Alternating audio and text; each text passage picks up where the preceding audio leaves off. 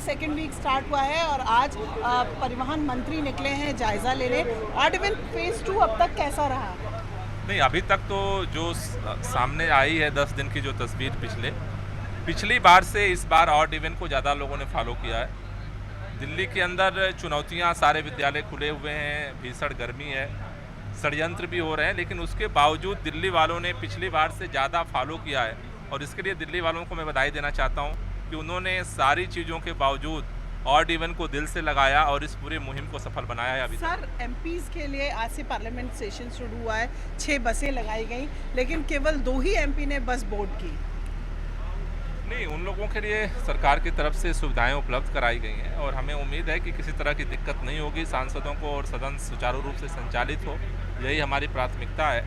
और उन सबके सामने विकल्प है कि वो या तो कारपूल करें या बस की सुविधा लें, उनको किसी तरह की तकलीफ ना हो, हमारी यही प्राथमिकता है। सर, अगर बसें इसी तरह से खाली रहेंगी तो क्या आप बात करेंगे सिस्टम को कम करने का, बस के, या फिर पार्लियामेंटेरियन बस में चढ़ें, इसके लिए कुछ होगा?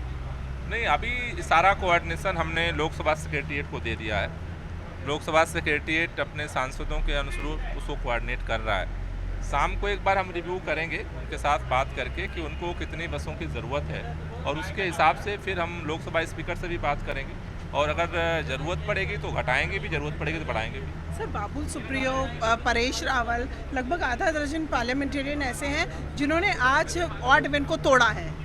नहीं, देखिए, परेश रावल ने, मैंने देखा है, ट्वीट किया कि वो भूल से आज वो गाड़ी लेकर आ गए। देखो, जिन्होंने बाई चूक, बाई भूल से लोग आ गए उनको तो छूट दे दी जाएगी, माफ़ी है, लेकिन जो लोग इरादतन तोड़ रहे हैं, जानबूझ के तोड़ रहे हैं, उनका तो चालान होगा। और सर, एक इम्पॉर्टेंट बात, असदुद्दीन ओवैसी से बात हुई थी। ओवैसी का कहना ये है कि पर्याप्त बसें नहीं हैं, इसलिए उन्हें अपनी गाड़ी लेकर आना पड़ रहा है। मुझे लगता है कि वो ठीक नहीं है। आप ही कह रहे हो कि बसें तो खाली वहाँ दौड़ रही हैं, तो मेरे ख्याल से अब बसों की अगर उनको और ज़रूरत है इसके अलावा तो और बस कर देंगे, लेकिन ऑड इवन को तोड़ना ठीक नहीं है। और जो भी सुविधा है सरकार देने को तैयार है, लेकिन अगर कोई ऑड इवन को तोड़ता है तो उसके खिलाफ कार्रवाई होगी। सर, अगर अंतिम प्रश्न ये है कि ऑड इवन को लेकर जिस तरह से पर्यावरणविद कह रहे हैं कि एनवायरनमेंट ठीक नहीं हुआ, दिल्ली की सड़कों पर जाम भी बढ़ रहा है, उसको लेकर सरकार कितना क्या उसे लग रहा है कि फेज़ 3 में बहुत सारी कवायदों को पार पाना होगा? देखिए, 2 बातें हैं। पहली बात है कि पर्यावरण कम नहीं हुआ, ये तो पहले दिन से 1 जनवरी से लोग चिल्ला रहे हैं। 1 जनवरी से यही शोर है कि पर्यावरण कम नहीं हुआ, कोर्ट में लोग गए, कोर्ट में भी हमने सारे तथ्य रखे। तो एक ऐसा तबका है जो ये शोर मचाता रहा है और मचाता रहेगा।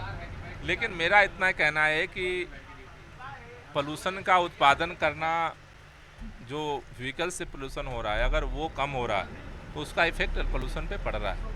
कितनी मात्रा में पड़ रहा है इसका मैपिंग वो भी कर रहे हैं, हम भी कर रहे हैं, डीपीसीसी की तरफ से भी हो रहा है, PM 2.5 में उसका प्रभाव पड़ रहा है। सड़कों पर जहाँ तक जाम की बात आप कह रहे हो, तो कुछ पॉइंट्स हैं जहाँ पर कुछ लोकल प्रॉब्लम्स हुई थी, वहाँ पर जाम की स्थिति दिखी थी।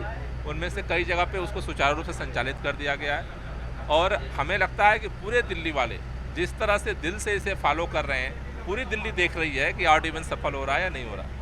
साफ तौर पर परिवहन मंत्री हैं जो कह रहे हैं कि एमपी स्पेशल को लेकर क्या खाका होगा उसका पता देर शाम को चलेगा, लेकिन आज पहला दिन था, लिहाजा उन्हें लगता है कि पार्लियामेंट सेक्रेटरीट को इसे मैनेज करने के लिए और समय की ज़रूरत है। कैमरा पर्सन योगेश नंदा के साथ इस समय दिल्ली से मैं पूनम मेहता।